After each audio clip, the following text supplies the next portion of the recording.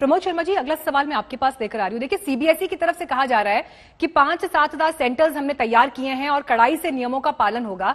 लेकिन जो सवाल अभी पीयूष ने पूछा कोलकाता से, अगर कोरोना हो जाता है तो किसकी जिम्मेदारी होगी? ये रिस्क हम क्या ले सकते हैं?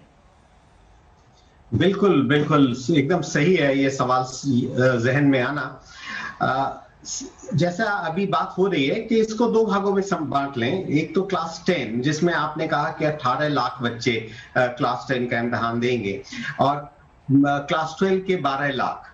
तो जो 18 लाख बच्चे हैं इसको हमने बेकार में लटका के रखा है। अभी 4-5 साल पहले तक हम कंटिन्यूअस एंड कॉम्प्रिहेंसिव असेसमेंट करते थे और वो लगातार होता था और सारे स्कूलों को पता है कि कौन सा बच्चा कैसा कर रहा है। हमारे पास टेस्ट मार्क्स हैं, हमारे पास हाफ ईयरली मार्क्स हैं, उनके प्री बोर्ड मार्क्स हैं और इसकी अहमियत सिर्फ ये है कि क्लास 11-12 में कौन से सब्जेक्ट्स का चुनाव करें। ये बात भली भांति बच्चे को भी पता है, अभिभावकों को भी पता है, टीचर्स को भी पता है। हमें जरूरत नहीं है कि हम एक क्लास 10 का एक एग्जामिनेशन करें। इसको तो फौरन हटा देना चाहिए अपने प्लेट से बाहर। सर, मैं लौटती हूँ आपके पास, क्योंकि स्टूडेंट्स देश के अलग अलग हिस्सों से जुड़ रहे हैं, उनकी आवाज भी हम ज्यादा से ज्यादा अपने मंच पर रखने की कोशिश करेंगे। स्नेहा आ गई है हमारे साथ, हरियाणा से जुड़ रही हैं स्नेहा। स्नेहा, आप कौन से स्टैंडर्ड में पढ़ रही हैं अभी और अपना सवाल पूछिए। स्क्रीन दिखाई दे रही है। जी स्नेहा, पूछिए अपना सवाल।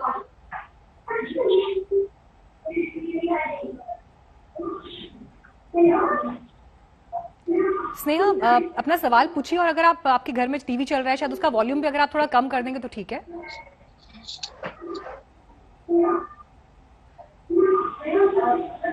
चलिए रितिका के पास हम चलते हैं। रितिका, अपना सवाल पूछिए। दीपिका आप सवाल पूछिए अपना। मैं देख पा रही हूँ आपको स्क्रीन पर, यहाँ पर पूछिए दीपिका, सवाल पूछिए अपना। क्यों फैन ऑन कर दी? बंद करो, आवाज आ रही है। दीपिका सवाल पूछिए अपना। हेलो जी दीपिका पूछिए। आवाज नहीं आ रही है। नहीं दीपिका, आपको सुन पा रहे हैं, आप सवाल पूछिए अपना।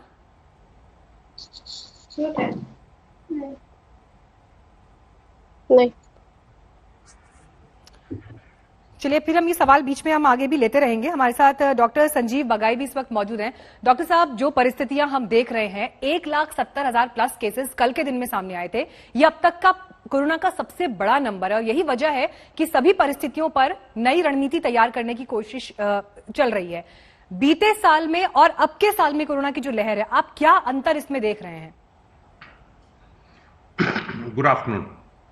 सबसे पहले बात तो जो भी क्लोज गैदरिंग या पोअरली वेंटिलेटेड एरियाज में ज़्यादा बच्चे इकट्ठा होना या एग्जाम हॉल में बच्चे इकट्ठा होना फिजिकल प्रेजेंस में, वो बिल्कुल करेक्ट नहीं है। अगर किसी का असेसमेंट हो वो ऑनलाइन हो सकता है, जैसे ज़रूरत समझे। जो ये इस बारी हम सेकेंड वेव देख रहे हैं, इसमें 2-3 बहुत अनोखी बातें हैं। एक तो जिस तरह से ये सर्ज हुआ है, जो केसेस बढ़े हैं, डे टू डे जो हम एवरेज देख रहे हैं वो पिछले साल के हिसाब से कम 30 और 40% ज़्यादा है। जो लास्ट ईयर पीक है और जो हम अब देख रहे हैं 30 और 40% ज़्यादा है और हमारी पीक इस साल की अभी आनी है। दूसरी चीज़ हमने देखा है कि इस बारी बच्चों में ज़्यादा देखा जा रहा है बनिस्बत पिछले साल के हिसाब से, और जो बच्चों को है ज़्यादातर लंग कॉम्प्लिकेशन जल्दी हो रही है और उनमें ज़्यादा एक्सटर्नल फीवर या एसिम्प्टोमेटिक सिम्टम्स नहीं है। तीसरी चीज़ है जो बच्चों में स्पेशली देखा गया है कि इसमें कम से कम 20% हॉस्पिटलाइजेशन हो रहे हैं, जिसमें से 12% बच्चे वेंटिलेटर पर जा रहे हैं और 2.7% बच्चों में डेथ है। तो ये बहुत ज्यादा सीरियस और गंभीर चीज इस बारी देखी जा रही है। प्लस सबसे जरूरी चीज इस साल में जो हमने देखा गया, पिछले साल नहीं था, वो है म्यूटेशंस। इसे हम कहते हैं वेरिएंट स्ट्रेन। ये वेरिएंट स्ट्रेन ज्यादा अग्रेसिव, ज्यादा इन्वेजिव, ज्यादा ट्रांसमेबल होते हैं। डॉक्टर साहब, एक डाउट मेरे मन में भी है, है जो मैं आपसे क्लैरिफिकेशन उस पर चाहती हूँ। जो ये नया स्ट्रेन है, क्या ये आरटीपीसीआर टेस्ट के पकड़ में आ रहा है, उसमें डिटेक्ट हो रहा है? ये बहुत ही इंपॉर्टेंट साइंटिफिक क्वेश्चन है। जो ये प्रेजेंट जो दुनिया भर में 3 स्ट्रेन देखे गए हैं, जो यूके स्ट्रेन है, ब्राजील स्ट्रेन है और साउथ अफ्रीकन स्ट्रेन है।